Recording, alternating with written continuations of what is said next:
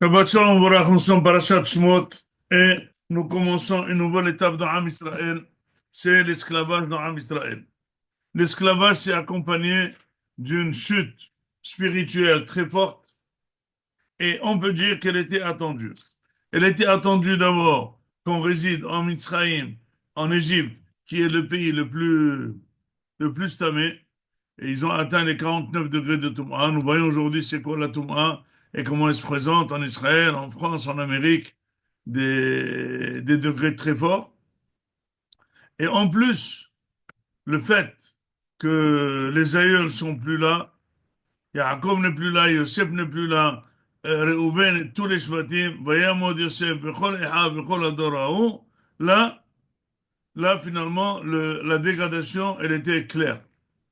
Le Pasuk, la Torah ne précise pas ça. Mais la Torah préciserait quelque chose de très spécial. C'est pour ça qu'on commence le Chumash de Bereshit. ובני ישראל פרו וישלטו וירבו ויעצמו מאוד מאוד תמלא הארץ אותם.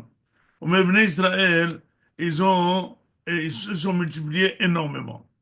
La question qui se pose, cette multiplication qu'ils avaient eu, c'est des sextuplés, sextuplés, je sais pas comment on dit, 6 enfants chaque fois. Est-ce que c'est une bracha ou c'est une klala ou c'est quoi finalement? Comment on peut expliquer?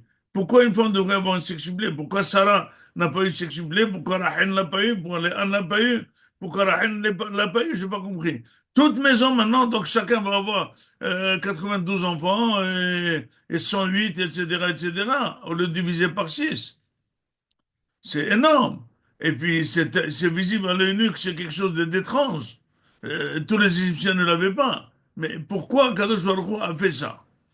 L'explication qui est marquée dans les Sfarim, c'est que Kadosh Baruch Hu a fait, puisque justement, Am Israël s'est dégradé spirituellement, justement, il voulait en finir avec les 400 ans rapidos. Or, comment faire? C'est multiplier les personnes. Ça veut dire, le taux de personnes qui ont travaillé, qui devraient travailler dans 400 ans, ils ont travaillé en moins. Et c'est pour ça que le séjour en Égypte s'est résumé à 210 ans et pas plus. Bon, d'accord. Mais cela n'empêche maintenant, ça devient un très grand esclavage. Ça veut dire l'esclavage dans le travail, mais chacun, il a une famille qu'on ne peut pas diriger. C'est une usine, c'est des internats, c'est des quantités mirobolantes. Ajoute à ça l'exode de Paro, etc., etc. Alors ça devient vraiment infernal dans l'infernal. Si déjà Paro va décider de tuer les garçons des Juifs, ben il fallait pas que chacun ait 100 enfants. C'est celui qu'il avait 10 ou 12 ou 2 ou 3 ou 4. Pourquoi cette histoire? Et là, il faut savoir quelque chose, que en principe, Am Israël, comme on dit, il s'est effacé pour devenir comme les Goïms. C'est vrai. Ils ont laissé quelques petits souvenirs, mais c'est marqué la vola kahat laim goy, mikerev goy. Akadosh Baruch Hu est venu prendre un goy d'un autre goy. C'est quoi kerev goy? Le Midrash dit c'est comme quelqu'un qui rentre la main dans une vache et il sort son bébé. Qu'est-ce que ça peut être à l'intérieur? La même chose. Il dit ici aussi, Am Israël, finalement, ils étaient vraiment l'enfant de l'Égypte et ils ont bu toute leur civilisation. Donc, si c'est si c'est le cas, donc on peut dire que tout a échoué. Le programme d'Akadosh Baruch Hu a échoué. Le programme d'Akadosh Baruch Hu a été de le faire descendre en Égypte, de le faire remonter. Mais si jamais ils deviennent des Égyptiens, on n'a rien gagné de faire remonter les Égyptiens, ils n'ont qu'à déjà rester en Égypte. Qu'est-ce qu'il a fait à Kadosh Baruch Hu? Avant l'esclavage, il les a rendus mouzards, spéciaux. Il les a indiqués du doigt que c'est des personnes, on ne sait pas comment, c'est pas des normaux. Comment ça se fait qu'ils ont des sextuplés? Ils voient une maison, un juif, 6 enfants d'un coup. 6 enfants d'un coup, un goy, un enfant. Il dit, mais comment vous faites? Et on ne sait pas. On fait rien. C'est la même manière qu'on fait quand on a un enfant. On a eu 6. Et toi, 6. Et toi, 6. Akadosh Baruch Hu, il les a fait refléter en Égypte contre leur nature. Et c'est très grave. Imaginez-vous, quand on était en pleine Allemagne et la personne a changé son nom et il se comporte comme un goy et il vit comme un goy, etc., etc. Et puis il y a un juif qui le connaît, lui dit, hé, Avrom, je te connais. Là, c'est la mort. Le coup qu'ils ont eu, c'est qu'ils sont inassimilables. Donc, Akadosh Baruch Hu les a rendus étranges. Et en étant étranges, il a poussé les Égyptiens à commencer la Xéra de Va'avadou ve'innu otam. Donc, mais pourquoi ils sont devenus étranges? Justement pour ça. Et maintenant, on va comprendre quelque chose de très important. Que Paro, il voulait lutter contre les naissances. Et il a appelé les deux chefs de sages-femmes pour leur dire que si jamais un garçon, il fallait l'éliminer. Les sages-femmes, ils ont dit OK. Mais finalement, ils n'ont pas fait ça. Ils n'ont pas fait ça. Or, j'ai pas compris. Si jamais c'est le cas, si jamais c'est le cas, comment ils ont accepté du tout? Pourquoi ils ont, Bichlal, donné des chances à Paro qu'on va essayer? Après, il dit, ça n'a pas marché. Pourquoi? Qu'est-ce que, qu'est-ce, qu'est-ce que c'est? Comment ils ont dit oui, on va essayer de tuer les garçons? Pourquoi? Et en plus, s'il fallait tuer, il fallait tuer les filles. Pourquoi pas? Pourquoi les garçons? C'est les filles qui amènent les enfants, c'est pas les garçons. Un homme peut se marier avec 50 femmes, mais une femme peut pas se marier avec 50 hommes. Donc, j'ai pas compris comment ils ont accepté. Et là, il faut savoir que Paro est venu avec un gant d'assistante sociale. Vous savez que les familles juives souffrent.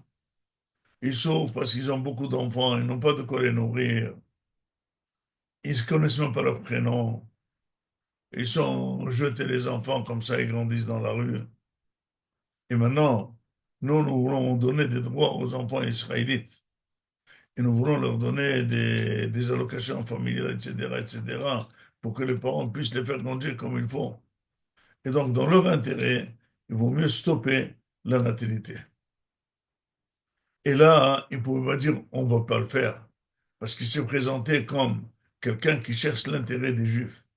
Mais seulement, ils se sont abstenus en disant on ne pouvait pas faire parce que avant d'arriver, tout le monde accouche d'un coup. Et donc finalement, Akadosh Baruch Hu a montré aux Juifs que malgré que tu t'oublies et tu penses devenir goy, le Juif, il est impossible de le mélanger avec le goyim. Arrive un moment où il en aura marre et après, ça saute son judaïsme et c'est là que ça rejaillit. On raconte une fois que les SS, ils ont mis la main sur un juif qui était goy déjà 3 générations. Ils lui ont dit, on a vérifié, tu es juif. Il leur a dit, non, je ne suis pas juif. Il a dit, tu es juif. Non, je ne suis pas juif. Il a dit, alors venez avec moi. Ils l'ont pris avec eux, ils sont entrés dans une choule. Ils lui ont dit, prends le Sefer Torah et jette-le par terre. Il leur a dit non. Moi, je respecte tous les cultes, notamment le judaïsme, je ne prends pas le Sefer Torah. Elle a dit non. Si tu respectes pas le judaïsme, tu n'es pas juif, tu t'en fous, tu le prends, tu le jettes. Donc, il a pris, il l'a jeté. Ils lui ont dit, maintenant, déroule-le et mets-le dans le parterre de toute la choule. Toute la choule, déroule-le.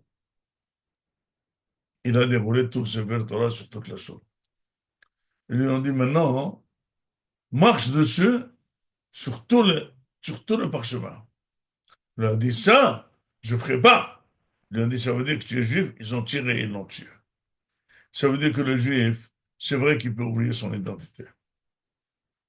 C'est vrai qu'il peut se noyer et vouloir être comme un goy.